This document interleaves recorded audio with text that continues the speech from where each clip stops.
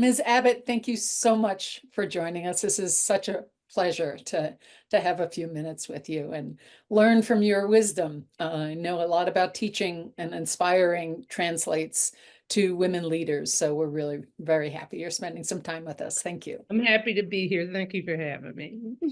Pleasure. I'd love to just start off a little bit. We're going to get to lessons that you would share with people who are currently working as leaders. But I'd love to first know a little bit more about your background and what drew you to teaching. Great question. Being the youngest of 8 and a product of the inner city and public school system, I've always had a desire to really be a teacher. Growing up, even playing with my friends or my family members, my cousins, when we would play school, I was always the teacher. And one interesting thing I did, I would get my older sister's perfume bottles and line them up to play school. So teaching was always a true passion to me of mine at an early age. However, when I went to college, my undergrad major was business and economics. And I was like, but after, my 10 years in the military and becoming a member of one of the first cohorts of the National Guard Troops and Teachers Program, I was able to go back to my first love, and I obtained my master's and went into teaching in the same school system that I was a product of. That's fascinating. And, I knew about your military background. I didn't know about the business background. So anything you haven't tackled here? So I'm curious if you had anyone like you in your background, any teacher like you that influenced you. You know what? I had an array of teachers, different, very different backgrounds, different learning styles. I had some that really stood out, some that did not. I remember one in particular, my Spanish teacher, Mr. Del Russo, in Spanish, and I think I was in like 8th grade or 7th grade, and it was kind of difficult to comprehend, but he made it so exciting, and he really cared, and he was determined to have us learn the language fluently, and it was the background for me even going up to Spanish 4 in high school. So he does stick out, but I had such an array of different teachers and different teaching styles through my teaching career. Yeah, and there's nobody quite like you. But so not really a fair question. I'm a teaching career. It's so interesting to hear you say that you were a teacher with your friends and with your siblings, right? So it was just kind of bred in the bone, Yeah. and was it like a leadership thing? Is that what it felt like to you, do you think? Yes, yeah. The teacher was the leader. They led the students, and I was the leader. And I just really enjoyed that. Even as an early age, I just really enjoyed it a lot. Right. And you probably always did, right? Yes, definitely. Yeah. Definitely. Nice. I'd love to know what it's been like for you watching the success of Abbott Elementary. I think there's even a new season in the works, so it's going to continue, which is exciting. And just also like it must be exciting, but I'd love to hear what it's been like for you. But also, what do you think is drawing such a big audience to this show?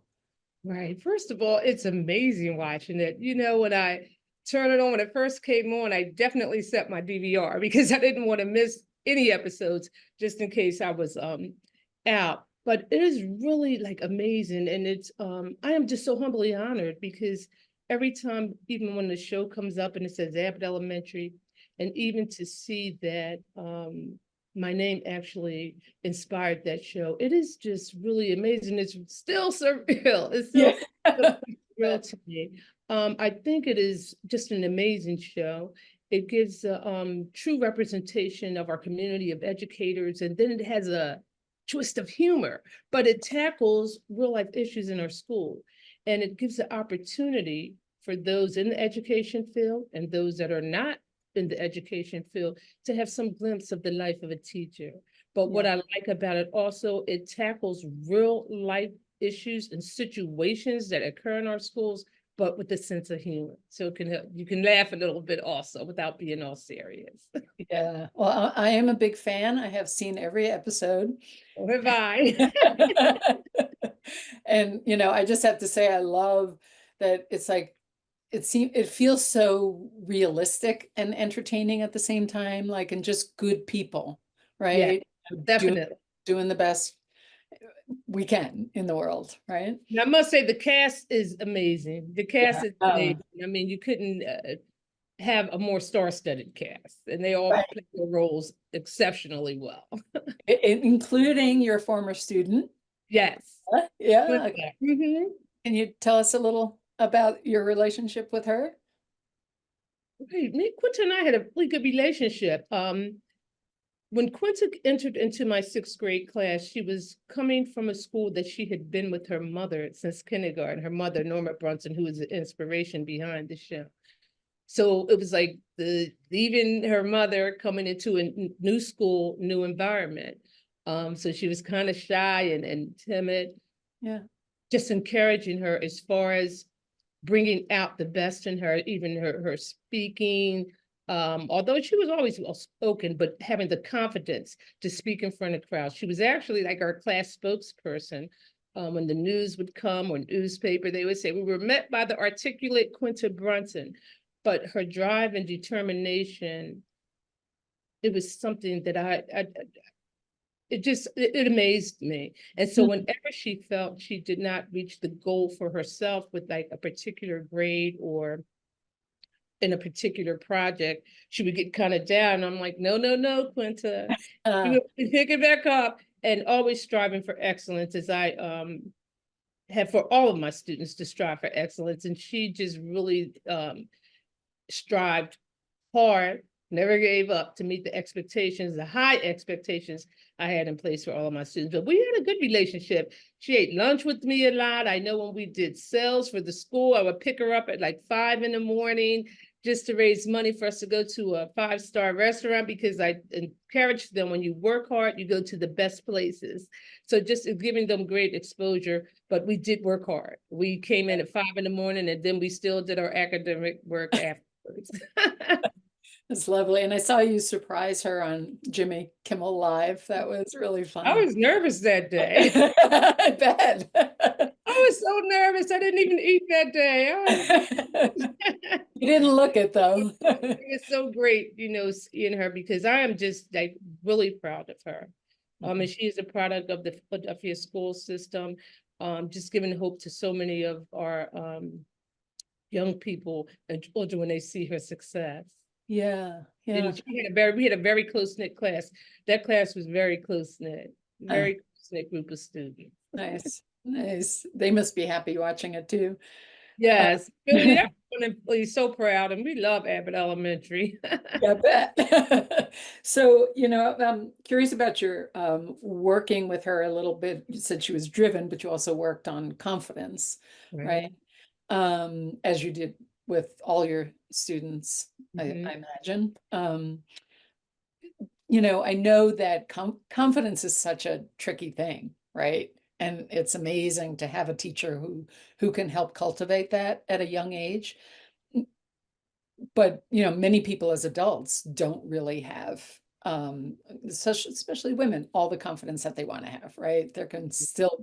We can still be plagued by self-doubt and imposter syndrome and the rest of that. So if you're talking to adult women and wanted to help them cultivate their confidence and really grow it to the max, what would you say?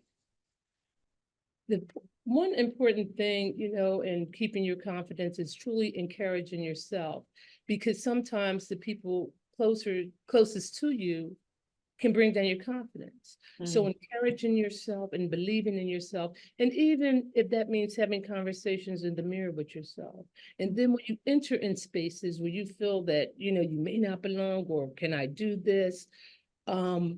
Again, talking to yourself, encouraging yourself, not sitting in the back. And I used to tell this to my students, sitting in the front. It takes a lot. And then staying away from negativity or people that are very critical of you, because sometimes that can diminish your confidence and have you not even believe as much in yourself. So sometimes we have to separate ourselves from people or things that are not positive or impactful to us, because building confidence takes some time. And even keeping the confidence and believing yourself, it takes time, but it starts with you. It really starts with you. And while it's not easy, because it was not easy building confidence in the several students that I taught, but one thing, you have to be consistent with everything you do. Continue to encourage yourself, journal, maybe look at the things that cause you to, why did I have the lack of confidence when I went into this area or that? Because with confidence, trust and believe, you've won even before you started. I think that's where it's you have won even before you started. But the main thing is encouraging yourself, believing in yourself, because a lot of times you cannot get validation from sometimes the people that are closest to you. So if you're not really believing in yourself and encouraging in yourself, it can be difficult, but you can do it and know that you can do it, and just be consistent with encouraging yourself. That is gold. I can feel the depth that comes from in you, right? A lifetime of experience in helping others. Thank you for sharing that. That was really Yeah, powerful. exactly. Because confidence is important. I'm glad that you brought that up. Um, so something, I don't know if it's quite related, but I'm also fascinated by how, you mentioned at the outset about having high expectations for all of your students, right? But you're clearly also, have been incredibly supportive. And that's a balance that a lot of leaders try to figure out too, right? Wanting to pull out the best in people, but also wanting to support them. What advice do you have for how to think about keeping both of those things alive? Okay, number one, even in leadership, you have to lead by example. Now, in supporting and encouraging and high expectations, when you place high expectations in place, they need support.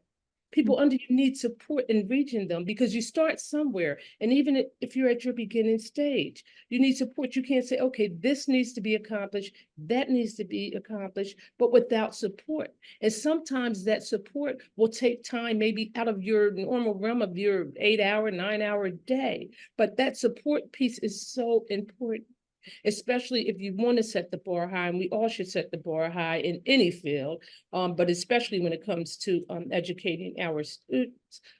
But they need support. They need support, they need encouragement, and support needs to be consistent in order for the high expectations to be accomplished and the bars to be reached. But that's how I was able to really be successful with the high expectations I had in place, because it was in constant encouragement and support. If I had to give up my lunchtime, if I had to give up this time, if I had to come in early, if I had to stay late, you need support. Even going into the teaching profession, to teach, they need support. They need support. Did you sort of know that instinctively that balance was necessary, or did you learn that from experience? Again, being a product, and that's a very good question, being a product of the Philadelphia school system and born and raised in the inner city, it's so easy for high expectations to be in place. And but you need to understand the students may not have support outside of the school building. Okay, they may not have support outside of the school building, because some families, their priority is putting food on the table or keeping the utilities on. So in order for the high expectations, and high expectations are needed for our students to achieve a higher level or comfortable living, be able to live comfortably or achieve a higher level of success. But they need support. They need support. And I guess that can apply to anyone even starting, a new job. But even with the teaching profession, you can go in, it takes time to be a good teacher, but you need support. You need support. So I knew that. I walked the walk in the inner city. I was born and raised. I went to Philadelphia Public School. So I know. So it was important for me, if I'm going to put these high expectations into place, I can't say, oh, you need to do this. This has to be done. I have to be able to support by it in any capacity, all areas. If that meant giving up my own time, weekends, nights, early mornings, the support and encouragement. Now you need the encouragement too, because Right. even when you're not reaching that goal right away, or the first month or the second month, you still need to be supportive with encouraging words. I know you can do it. I believe in you. You could do it. As we're going to keep trying. So that support is hand in hand. You can't put high expectations in place and not give support. I love that. Support. I mean, I hear it as like a, a threefold thing that you're actually Yeah. saying. Not just, Yeah. right? It's not just the high expectations and support. It's Right. encouragement is the bridge. Exactly. Right? Yes. Yeah, Yes. That's so important. That is so important. that's Just lovely. encouragement. When I would give some encouragement, I would just see some of the students smile, and like when they would see work posted, they get it's correctly punctuated. I mean, it brought so much joy to them to see the success. I'm like, yeah, give them a high five. Just made their day. Yeah. And do you think, it's hard to generalize, of course, but you said that you knew it from experience of growing up in the, in the area, and you knew that some people did not have the outside support, so they needed it in school to succeed. What about in the workplace? Do you think the same principle, some people might have a lot more support outside, of course, and they're adults, but do you think the same three qualities hold? Oh, definitely, definitely, even in the workplace. Because if you're going to place high expectations, even for your company or for working under you or with you, you have to support them and you have to encourage them. And even if they are doing something wrong, or if it's an area where they need improvement or correction, it's a way to be able to communicate that effectively but gently. Mhm.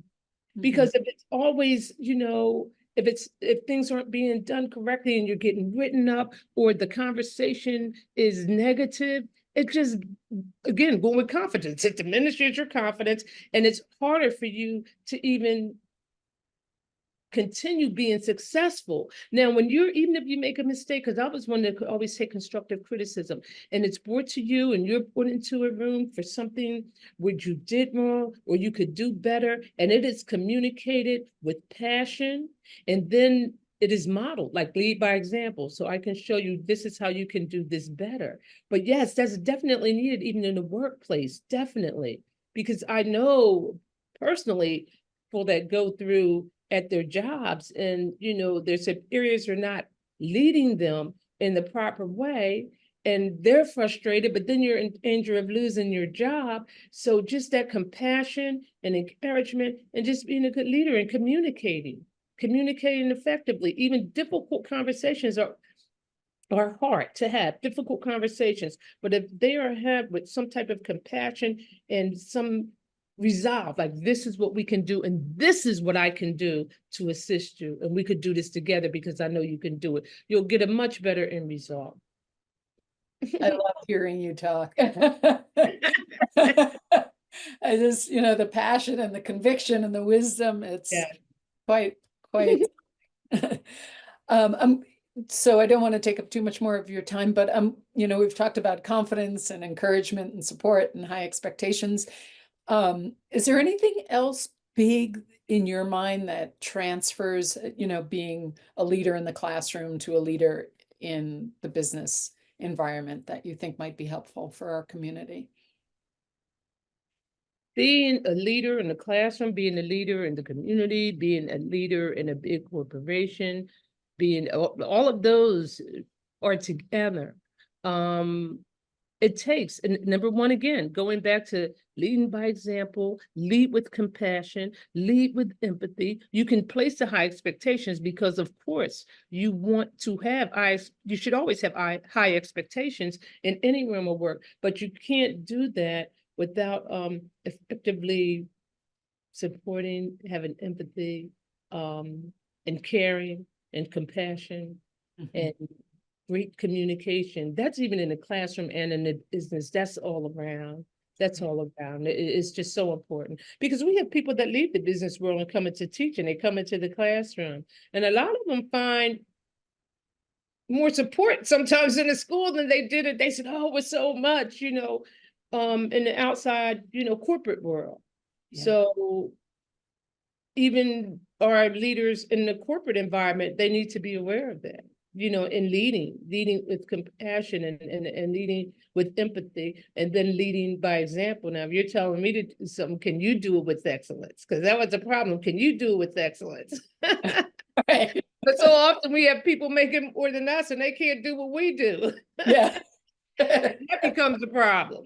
That becomes a problem. So you taught for 30 years and then you recently retired. Yes. So yeah, so let's wrap up with that. Tell me what that's been like and what you've, discovered that you may not have had time for before. Great. I actually was still working when all this Abbott Elementary came out. You could only imagine. Even with Kimmel, I was still working. After that, I was kind of busy, going out to different, and this is something all very new to me, going out on different speaking engagements and just encouraging it and motivating students. But one thing I know I wouldn't have had the time for, my book, Teaching the Ms. Abbott Way, will be coming out in September. So we worked on that for close to 2 years. And I tell you, the times that, even the different tasks or different Zoom meetings, I definitely will not have time to do anything like that. But it was so good for me because you know what? Even some of the tasks, I even self-reflected on some of the things that I did. I was like, wow, because, I don't know if I really ever would have done that. Just self-reflected on you did this, you did that, you did this, because I wasn't one to pat myself on the back, but I was like, wow. So it had really given me a lot of time to seriously reflect on my teaching through the book writing process. And by the way, my publisher just did an amazing job. It's really good. And besides having the opportunity to spend more time with my mother, who turned 102 in March, and doing more cooking and Nice. sleeping when I want to. Right. But Rest is a good the thing. main thing I did have time to do this book that I definitely would not had time because when you're thinking about things and writing things and just talking about things, it really opened up a lot to me about myself that I probably wouldn't have reflected. So that was a good thing. And sometimes even when I go back and go through the book as it is finished, I'm like, oh wow, this is crazy. Sounds like there might have been a confidence loop for you there that Exactly. Wow. Well, I can't wait to read it because I am sure it's going to have a lot of leadership lessons in it. Oh, yes. And speaking of confidence, going back to that, Yeah. I had to encourage myself because with all of this, getting like the speaking engagements, I've been a classroom teacher for close to 30 years. I've never been doing the Edith, but when it comes to speaking about the work and what I did, I could do that with compassion, but I had to encourage myself. Look in the mirror. Yeah. It's been good, and I've met some amazing people on the journey. It's been really good, and I'm just humbly honored. I'm humbly honored that I have been given this opportunity because it is important to shed light on a lot of things, because even some of the things you were asking me, it's not only pertaining to the leadership in schools, it's in companies, a lot of things, not only teachers, but women in the workforce, what they go through and what they have to, maneuver. A lot of people don't even know. And then a lot of them still have to go home, be wife, mother, do the motherly duties, and then go back, and end up in a job where a lot of times they're more qualified for than maybe their male superior. So, and that's for real. Yeah. That's for real. Yeah. Wow.